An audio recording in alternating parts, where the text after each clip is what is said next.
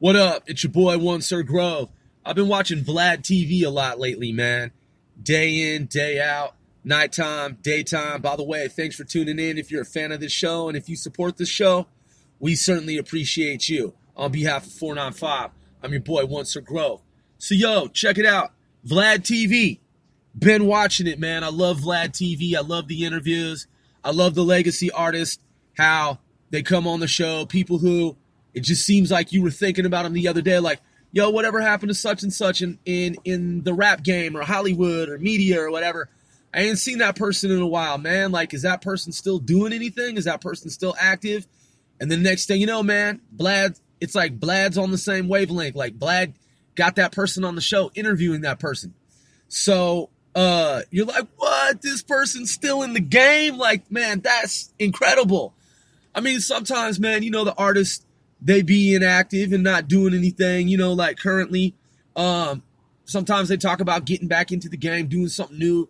And, but it's just a delight, man. It's delightful to see them on, whoever it is. It's just like, whoa, look, flash forward some decades and here they are. And I mean, I ain't really seen anyone who looked like disheveled or anything, man. People look like they're doing great. Saw Freeway, Rick Ross, saw his multiple interviews. Interesting cat, man. Like, that dude has a great personality, man. And, you know, very thoughtful in his approach, to interview, you know, as an interviewee. And, you know, he thinks about what he's going to say in advance and just, you know, looks like a guy, you know, with a lot of charisma and, really interesting story, that he tells, man, about, you know, his experience in America, man, back in the day. So, yo, I really started watching Vlad at that point. That's really when I started, like, getting into Vlad, TV, where the interviews became addictive, man. And, so let me see, who else have I liked, in terms of the interview? I mean, I like all of his interviews, man. Spice One, saw the Spice One interview. Let's see, who else did he have up on there, man? Lots of them. BG Knockout. Love BG Knockout's interviews. He's really photogenic, man. He does really good interviews. And you know, also thoughtful, very well spoken. Great interviews, man. Gosh, man. Cool G Rap. Man, Cool G Rap. Just hands down. So, that brings me to the Ghetto Boys. My cousin, I was talking about this earlier, man. I actually was in the process of recording this podcast earlier, and I was reminiscing about how my cousin and I, back when we were in junior high school, we actually, it started technically in elementary school, where the hip-hop rap craze was in effect. It was in full swing. And as I've talked about before, I had a homeboy named Sean from my neighborhood from school.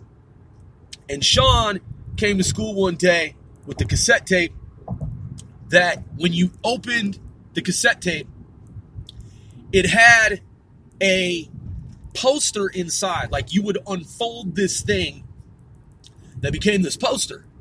And it showed all these different breakdance moves. And we were like, breakdance? What's that? And he's like, yeah, it's a new form of dance. And he was really good at it, man. Like, he was the very first B-boy I ever knew. My homeboy Sean. And so the homie Sean, he was super proficient, man, at that time. Like, when breakdancing, like, first, like, came out, you know what I'm saying? And it was a new thing in America. And cats were just, like, breakdancing. Like, everywhere you'd go, like in neighborhoods, people would have cardboard out on the concrete pavement, and sometimes it'd be, like, spray painted or, like, airbrush with some type of design, or there'd be, like, some graph or some graffiti, and cats would just be, like, breaking outside on the streets. Not everyone used cardboard, but cardboard was a big thing, man, because you could spin on it. And so, man, that was a that was an amazing era because we also had, in addition to the acrobatics of breakdancing, we also had the whole craze of the kung fu and ninja like culture. So cats were doing like karate, kung fu, some would say gong fu, and you also had the whole ninja thing going on in America where kids wanted to be ninja for Halloween and for just on a daily basis, man. Just for like cosplay. I mean, before cosplay was really like, going on in the States with the whole, like Comic-Con and all this kind of stuff. It was always this, back then it was all like ninja culture. And so like video games and then movies and cartoons.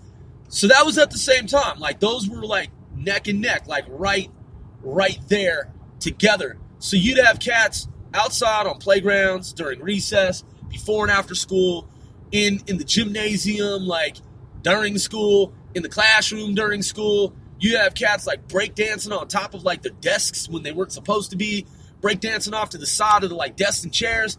And it was crazy, man. It was just like, and then, with the whole like martial arts thing that was going on, phenomenon. You had people doing like backflips and kicks and kick flips on skateboards because the skateboard thing took flight too. And it was crazy, man. It was all acrobatics.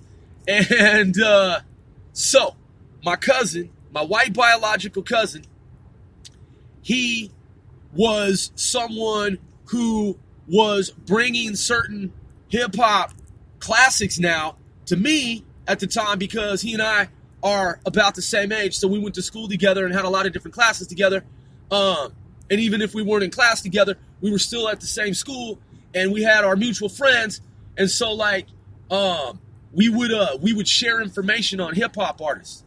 My white biological cousin Rizzo is very well versed in hip hop. He was schooling me on hip hop. And in the beginning, like, yo, what you know about this artist? I was like, huh? And he's like, yeah, this got this cassette tape, and I've been listening to these songs, and this is what they're talking about. And equally, likewise, I was collecting hip-hop cassette tapes, because back then it was all cassette tapes, and I'd be listening to some tracks. I'd be like, yo, I just got this new cassette, man, with these dudes. What you know about these guys, man? They're talking about this. And he's like, huh, interesting. Sometimes, man, we go to the tape store, we get tapes together, you know what I mean? Because we lived under the same roof. I lived with his mom and dad, my aunt and uncle, and his brothers at some point because my mother was in the military and she traveled quite a bit. And so my uncle just took me in, just like I was one of his own. I'm his nephew, obviously, and my aunt's nephew, but they just treated me like I was one of their own kids, like their own son. So, man, my cousin Rizzo and I, man, and our homeboy, DJ Slow-Mo, a lot of times, man, it'd be Rizzo, Slow-Mo, and myself, me, and man, we'd be jamming out because the homie, DJ Slow-Mo, well-versed in hip-hop, same thing. He'd be having cassette tapes like, yo, what you know about this? DJ Slow-Mo, his dad had a record collection, just like my mother, and like a lot of parents. And so DJ Slow-Mo at his house, in his household, they had vinyl albums and turntables. So Slow-Mo had access to vinyl since we were kids. So when we would go to Slow-Mo's place, he would, we'd be looking through like all these old like albums that DJ Slow-Mo's dad had. And we'd just be like learning even more. And just like piecing it together like, oh, okay, such and such, Bootsy Collins, all right, Parliament, Funkadelic, okay, Earth, Wind, and Fire, all right, got that. And then my uncle too, like my cousin Rizzo's dad, he had the Bose home audio system. I've talked about this before. And he had all the old school like Police, Synchronicity, like Phil Collins, man, Emerson Lake, and I think we looked this up. Palmer, is it? Did I get it right this time? Because there was a debate as to whether it was Powell and I always used to get it wrong, but I looked it up. But at any rate, man, Electric Light Orchestra, like lots of different groups, man, like old school. And so it was all music back then. It was all breakdance. It was all bikes, BMX. It was all skateboards, kung fu, karate, ninja culture. And we'd just be like smashing through neighborhoods, man, where there'd be other kids and whatnot. And, you know, they would be doing the same thing as us. It's a lot like, you know, like you see in those movies from the 1980s, man. It was a lot like E.T. You know, Elliot on his bike just smashing through the hood with E.T. on the little thing, man. We used to smash through the hood like that on our bikes. It's a lot like Stranger Things, man, in a lot of ways, man. Y'all don't even know. Like, I'm just being honest, man. Like, man, a lot like Stranger Things, too, though. You know? And the Goonies, man. Like, just missions. Just be out on missions like the Goonies. What? And, man, truth be told, where the Goonies was filmed, that was basically our backyard. It was right down the street, one state away. Goonies is filmed in Oregon. Man, right down the street, pretty much. So, you know, that was the 1980s, man. And like I said, my cousin, my white biological cousin Rizzo, Caucasian cousin, man, he would put me up on lots of different hip-hop. Back in the day, he put me up on Ghetto Boys. Because I remember, man, he came to me and he was like, yo, bro, you heard of Ghetto Boys yet? And I was like, Ghetto Boys? He's like, yeah, man, you ain't heard Ghetto Boys? And I was like, nah. He's like, boom, here you go. Check it out. Put it in. Press play. So we put in the Ghetto Boys because he had been listening to Ghetto Boys. And he got the tape, you know, before me in advance. And he also put me up on Humpty Hump and Shock G in them. You feel me? Like Sex Packets album, which also, when you pull it out, it had the little cassette with the little inside like comic strip where it was like Shock G and them, Humpty Hump, and Digital, you know, Digital Underground, which was the name of the group. Digital Underground had these little comic strips about like this, like, you know, story that they had to go with the Sex Packets. And it was like, we were like, yo, is this a real thing? Like, is this real? And if y'all don't know about Digital Underground Sex Packets, yo, that album, man. And by the way, people who don't know the connection of Digital Underground to Tupac, the late, R.I.P. Tupac Shakur. Tupac Shakur was on the road with Digital Underground when he first got his start. So, if you don't know about Digital Underground, Humpty Hump, Shock G and them, probably want to look them up, man. If you a hip-hop history buff, aficionado, connoisseur, like we are. So, and even if you are, maybe you ain't really looked into Digital Underground. So many hip-hop artists, man. The world of hip-hop is mega. It's mega. Massive in scope. So, my cousin, who is very well respected in the black community, black African American community. My cousin, he grew up around myself, me, you know, mixed minorities, others, people we went to school with, played sports with. We all played a lot of sports. A lot of sports, man. Like every sport you can think of, we did it. Soccer, football, baseball, track and field. Man, we would go river rafting, hiking. Man, we were on the rifle team.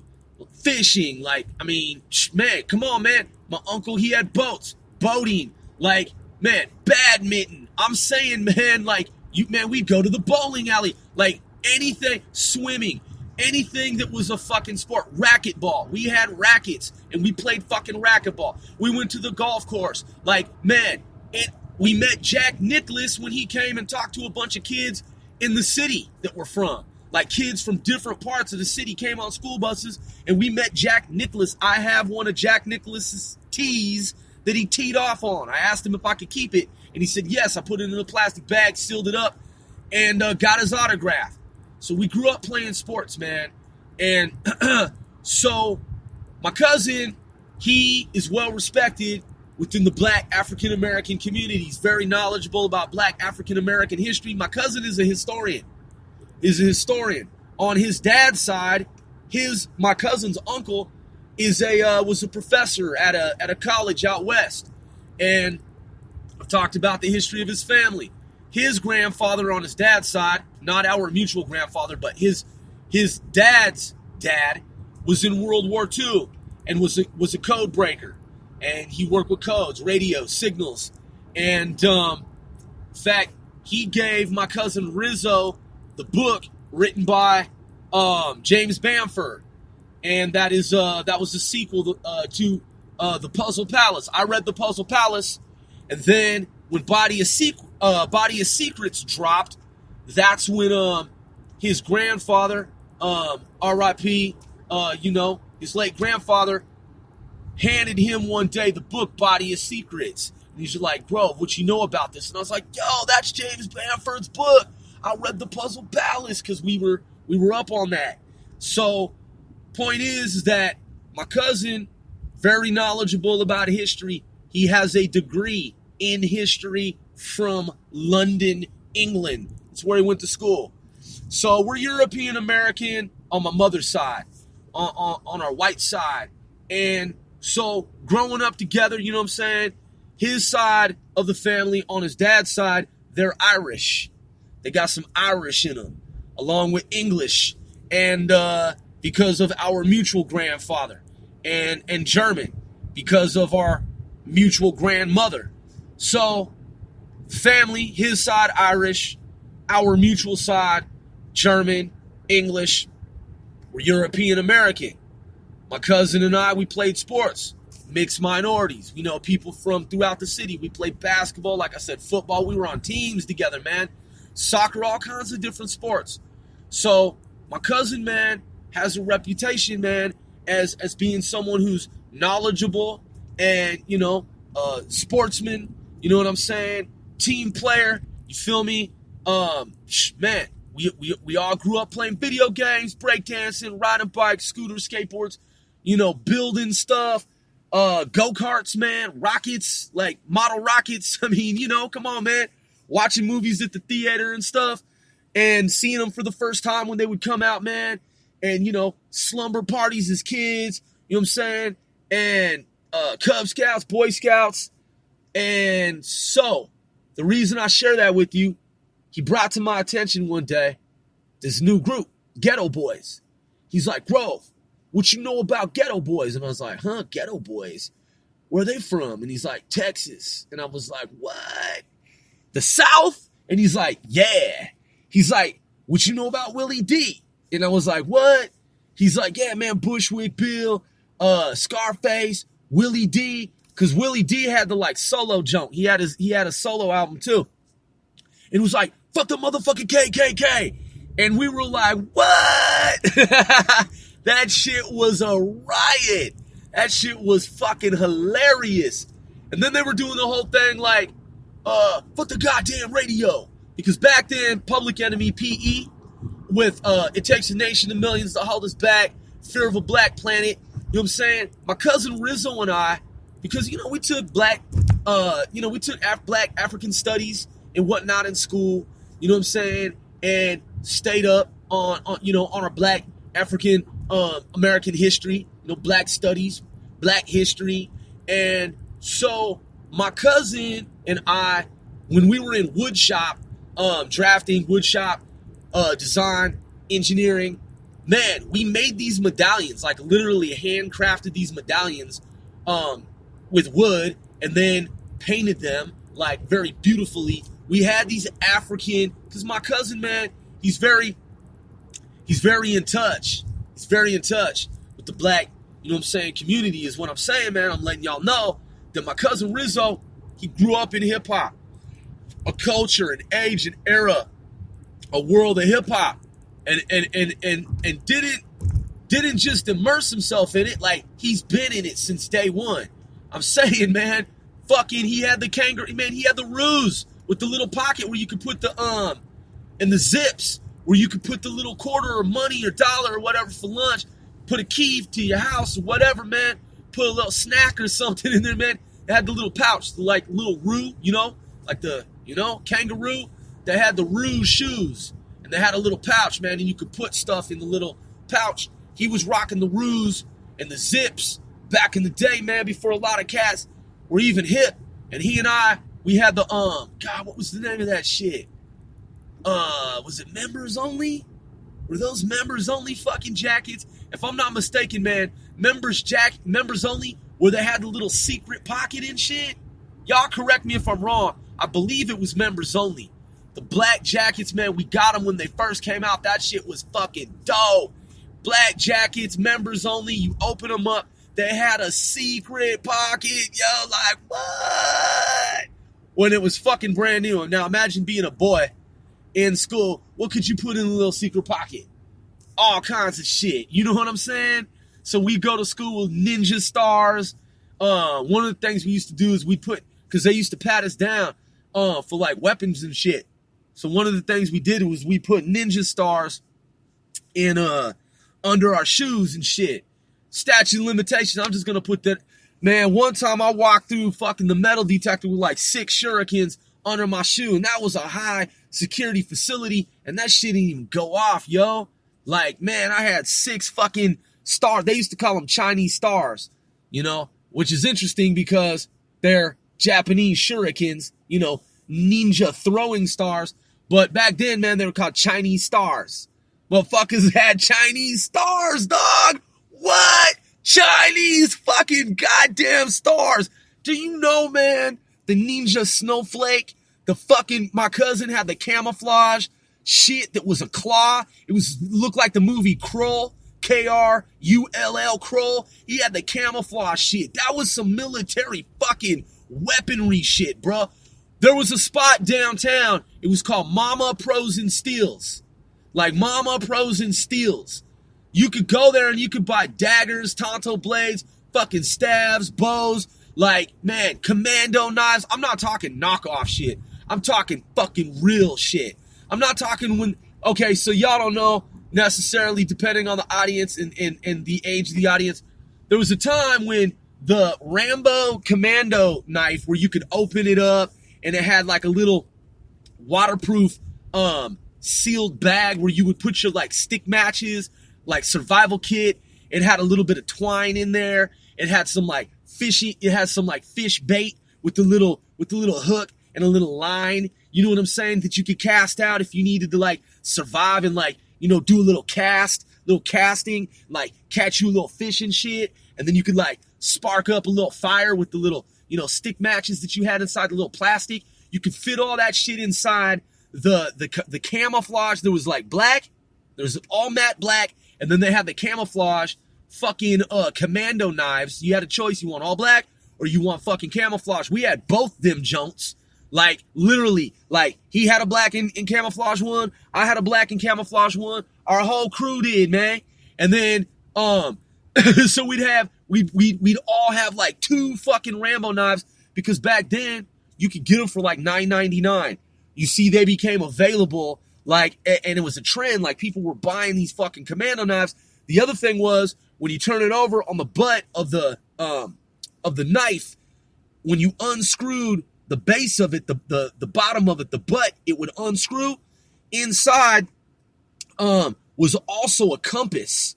Like that knobby butt, when you'd pull it off and you'd unscrew it, there was a compass inside of it, so you could also land navigate, dog. It's like, what modular tool, motherfucker? That shit was rad as fuck. So, man, Mama Pros and Steels, though, they didn't just have the $5 junks. It wasn't some like, it wasn't some like grocery little corner store where they sell like nowadays little knockoff items and shit.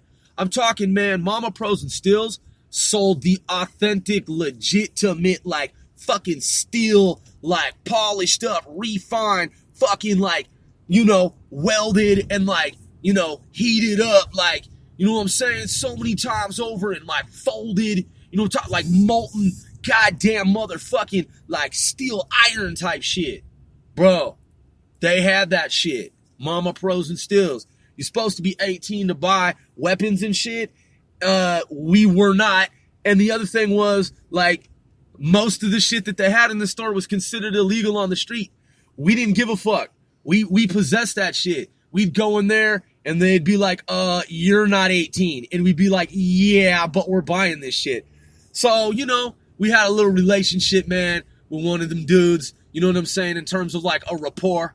Like we had a nice little rapport going, and he'd see that we'd come in and we'd have like pulling out of our pocket like little, you know, weapons and shit. And they're like, all right, man, here you go, man. Just, you know, don't do anything illegal with this shit. So we just be walking down the street, man, with fucking weapons, bro. Swords and shit.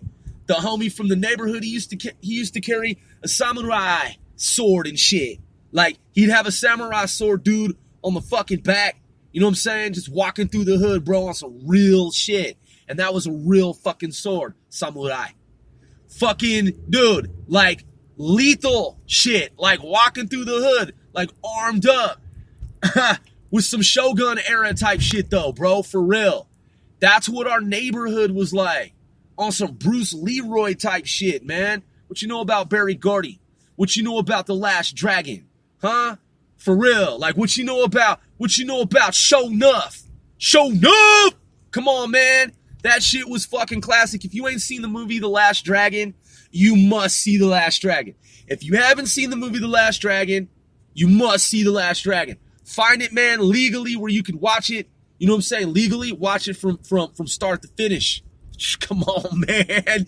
Come on, man. That was the fucking era. That shit was lit. I mean, dude, 20 fucking years of that culture. You know what I'm saying? I mean, come on, man. Motherfuckers, it'd be recess, right? It'd be recess.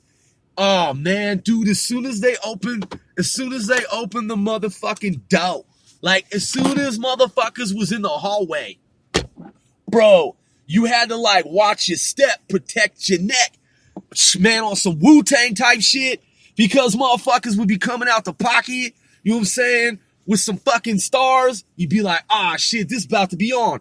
Literally, motherfuckers would be in the hallway, like, running out the door, like, looking over their backs and shoulders and shit. You know what I'm saying? Motherfuckers would be going to their lockers. Look, man, didn't nobody shoot up schools back then, man. And I feel bad for the families, the lost loved ones, children, others, adults in school shootings.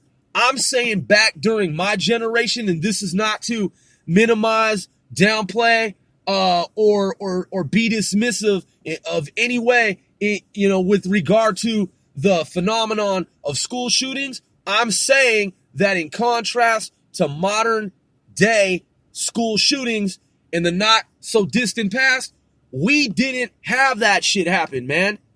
We didn't. I'm not saying that we were like better. I'm not saying, you know, than other humans. I'm saying that, man, it was a different culture, that, you know, it was a different time. It was a different era.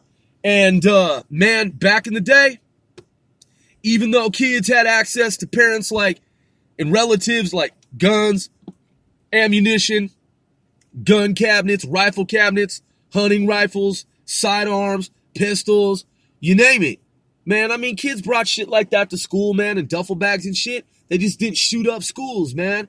Back in the day, motherfuckers would bring Chinese stars to school and fucking darts and all kinds of shit, man. Fucking daggers and swords, and that's real shit. And I'm not talking about shit that's plastic. I guess some kids did. We didn't fuck with the plastic shit. And I'm not glorifying or condoning violence too, by the way. I'm saying that my era, our era, the era that I come from, that we come from, man, it was a different world. And you would be bladed up walking down the street, man. You'd have a knife, you know what I'm saying? Some type of fucking dagger, like commando knife, like a straight blade. You might have like a Chris knife, you know what I'm saying? Some crooked dagger fucking shit, like that movie Stephen King, Cat's Eye. Yo, that movie was ill, dog. Like, dude, Cat's Eye? Come on, bro. If you ain't seen the movie Cat's Eye, bro, that shit is illmatic. I'm talking about the Chris knife. That's all I'm going to say. If y'all ain't seen it, if y'all don't, I ain't even going to tell you. Because I remember, man, the first time I saw that shit, I ain't even going to spoil it, man. I ain't even going to say nothing.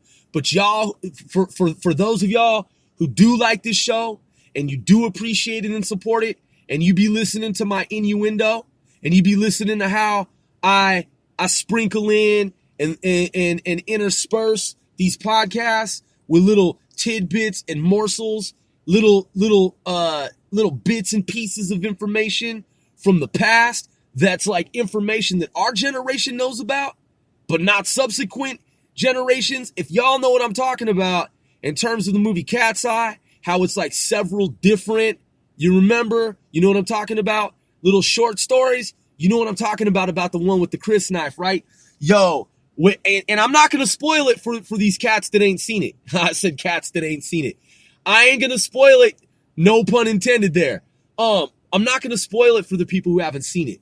Because if you know what I'm talking about, which many of you do, if you're from my generation, remember the fucking scene where for the first time you like figure out what's going on and you see the motherfucker and you're like, what?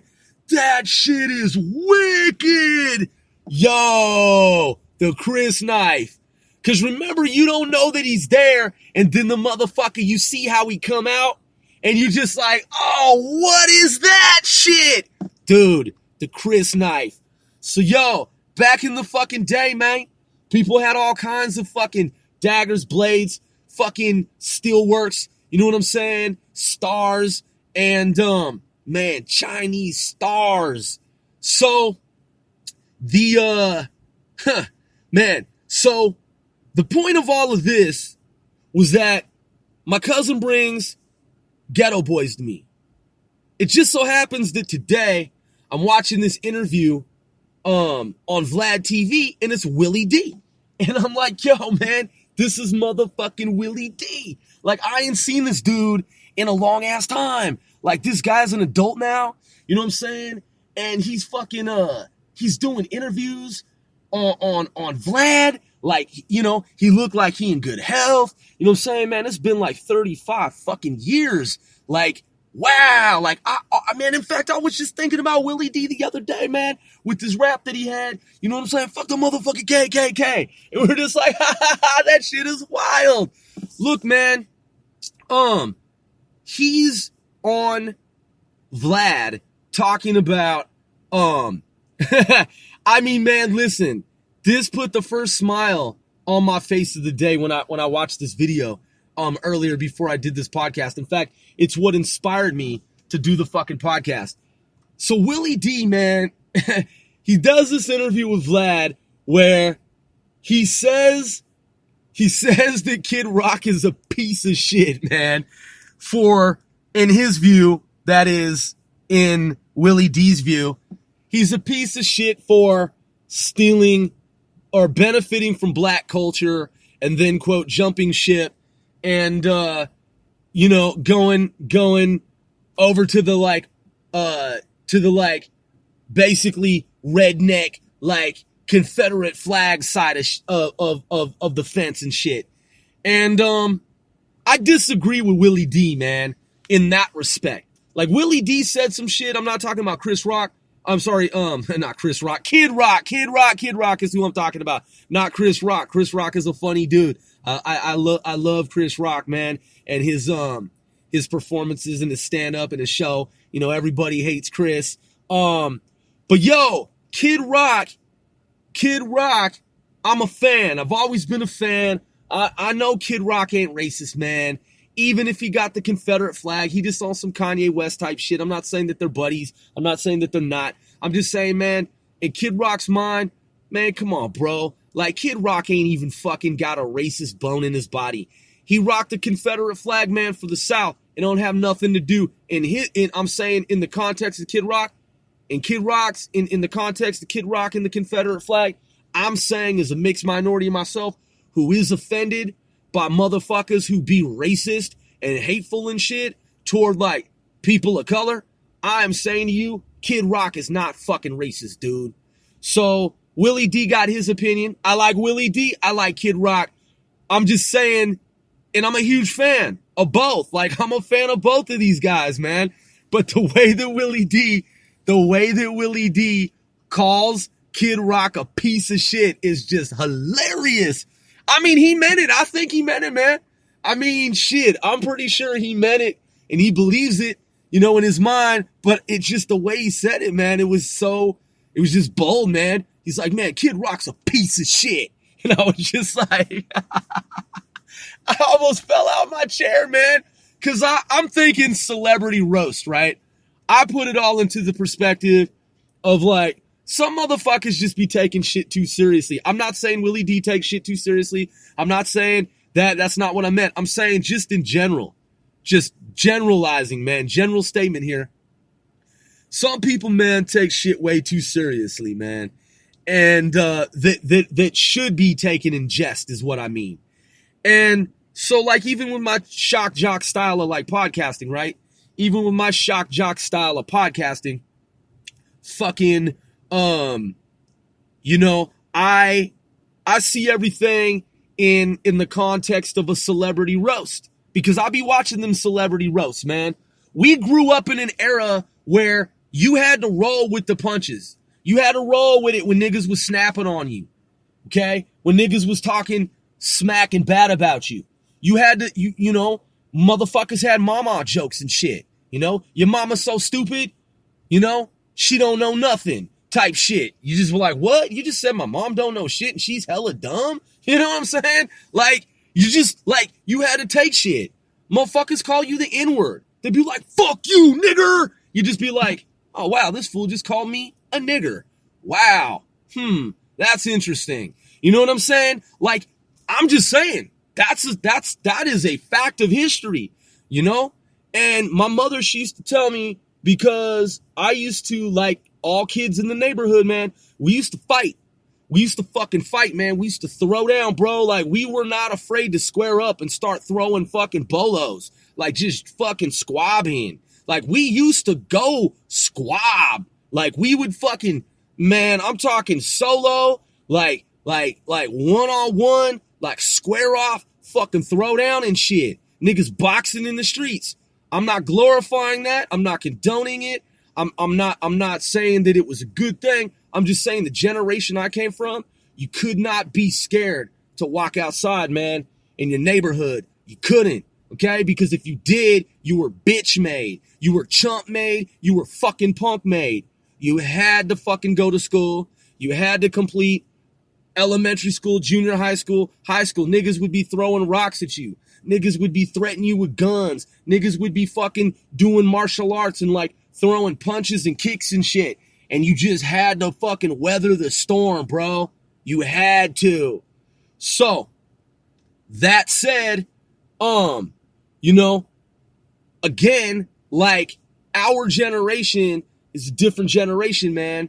Because, like, you know, you just had, like, no matter what somebody said to you, regardless, that was the whole learning process. That was the whole catch. Like, that's what it was about, was a motherfucker. You had to learn that no matter what somebody uttered out of his, her mouth, you had to stand there and take it. As horrible as perverse as it might be, as however you interpret something to be, you had to just sit there and just take it and not even fucking flinch. And that's real talk. That's the generation that I'm from. So I'm watching Vlad TV, man, and I'm just saying that, like, I mean, I understand Willie D's from the South, man, and he tired of all that fucking racist shit. He ain't even from the generation where cats just claim everything's racist. Like, you have a conversation with people about some shit that ain't got even any fucking goddamn thing to do with racism, and these newer generation motherfuckers, not even just newer generation, just like some ignorant ass motherfuckers in general, just period. You know, they don't even know how to have an argument anymore. They don't even know how to have a logical debate and to go back and forth with like argument and counter argument. They have no posturing, no maneuvering in that respect. They don't even know how to have a convo, you know, conversation, you know, because they say shit like conversate. They don't even know that the word is converse as in conversation. They don't even know what intellectual fucking discourse is. They don't understand what it means to have an opinion and another person has an opinion without being angry. It's like, okay, that's your opinion. That's what you believe. Okay? I have my opinion, which is different from that of yours. It's like, it's always got to be some like super angry shit instantly going to racism. It's like somebody could be, I'll give you an example. Somebody could be on TV and be like, yeah, I'm running for office and I want to help the community by increasing the number of schools in the community. Someone could be like, that's fucking racist. I don't like that person. I don't like what that person's saying about black people. It's like, he didn't say anything about black people, dude. He just said that he wants to create more schools. No, I know what he's talking about. He's fucking racist. It's all racist. I know what he's trying to do. It's like, wow, you're out of your fucking mind, dude. Like, you're not programmed right. Like, something's seriously off with you, man. You're fucked up. Like, the way you process information is some program shit. You are a fucking program that is not a good one. And it's like, because literally, like, that is what they defer to. That is what they deflect with. That is what they distract with, and they mean it. Like, in their minds, like, anything you talk about, no, I'm putting up a shield. Nope, I know what you're doing. Racism. It's like, I'm guarded. Shield. I've got my mask on. I'm not going to talk to you. You're fucking racist. It's like, whoa, dude. Yeah, conversation doesn't have anything to do with racism. The universe is my witness that my human mind telepathy and thinking, my thought stream had no racist connotation, no racist thought whatsoever, had nothing to do with someone's fucking skin color, ethnicity, race, creed, and whatnot, etc. Fuck no, dude. You are smoking something, dude. And that's these younger members of society, man, and even older motherfuckers, man, that be championing the cause of fucking ignorance, man. You got these stupid motherfuckers, man, that are playing up that shit, and they too have become dumb as fuck. And you cannot have conversations with them because the very first thing that they're going to start talking about is you're fucking racist and everything you're talking about is racist. I'm talking about shit that has nothing to do with racism whatsoever. They just label everything racist, characterize everything as being racist, color everything as being racist. I'm saying color semantically, syntactically, like whatever you say, they're going to take it, spin it, dress it up, and change it all around, man, and transform it into something that is replete with racism. Like, oh yeah, but see, the thing is like, he's talking about like this, but it really means this. And it's like, no, that is not a logical interpretation, okay? We can agree to disagree. You can look at the piece of art and believe that it was meant to be this, and your interpretation is that it represents this, okay? But it is not fucking racism that it represents in any fucking way, shape, or form. So again, some of these people can't even hold a conversation. Can't even hold a fucking conversation. Because the very first thing they're going to say is that what you are discussing with them is fucking racist, and that just tells you that they're broken, man. I mean, they are. It's a fucking broken program. It's like a broken record, dude. It just keeps fucking looping, skipping. You just hey, racism, the racism. It's like, wow, fucking Twilight Zone already. Outer Limits. Hello, you know. And are they going to stop anytime soon? What's going to stop the broken records with their racism skip loop? What's going to stop the skip loop? What's going to stop it, dude? Until like some program supersedes that, until they like, you know, catch some new waves, because it's a fucking fad, dude, is what it is. It's all just a fad. It's a time, man, now where fads are just, you know, fads have always been corny. You know, there's always been a corny aspect to fads. I mean, even if some shit's cool, you know, you just kind of look back like, that was weird. It's kind of campy, kind of corny, kind of silly, right? I guess silly. Silly's better, you know? It's a better description. Fads are always kind of silly, man. I mean, like hip hop, dude, is a lifestyle, but there's also like a cartoony like silliness about it. I mean, I'm just being honest, dude. Like hip-hop is for real. It's a lifestyle. Like, don't get me wrong. It's an art. It is a form of art. But it's kind of like hip-hop, the hippie, the hop, you know? It's like, whoa, dude, hip-hopping. Hip-hop, right? Some people might be like, yo, dude, that's offensive. And I'm like, is it really, motherfucker? I mean, look, dude, look at the cartoons, okay, that accompanied the world of hip-hop.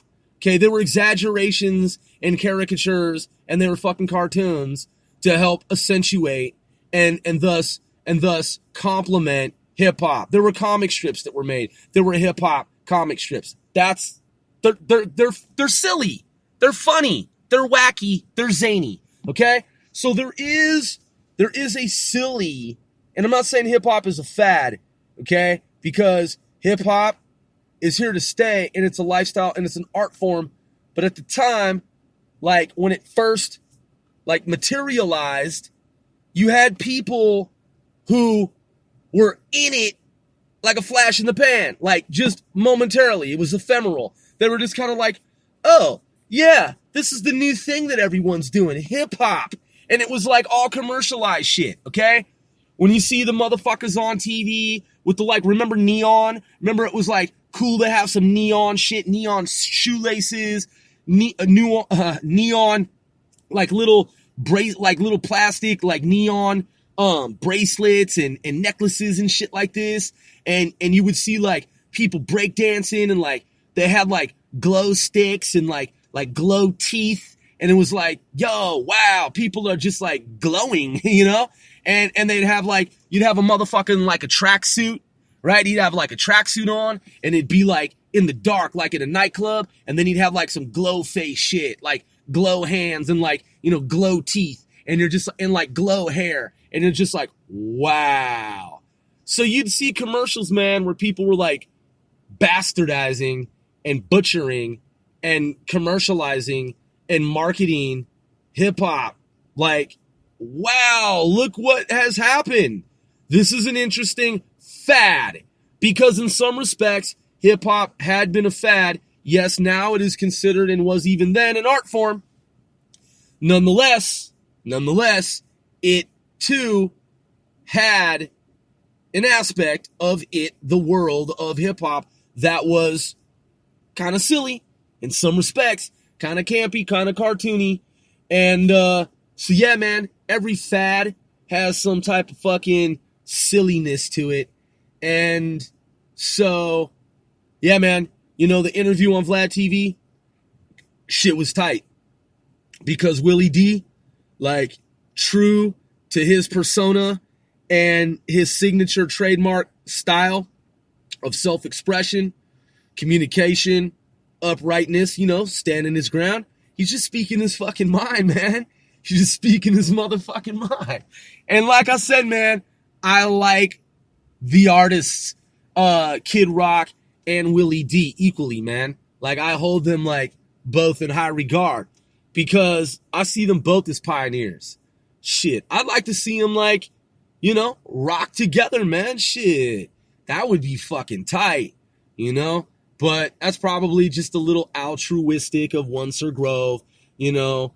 If it were such a, you know, if it were a utopian world, then, you know, maybe that could happen. But cats got their differences, man. Differences of opinions, different views on things. And but yeah, man, I just wanted to chime in, and this all manifested in terms of the podcast as a result of me watching the Vlad TV. This is my reaction to Vlad and his interview of Willie D on the subject topic of Kid Rock. And yo, man, squash that beef though. Your boy, OSGOE.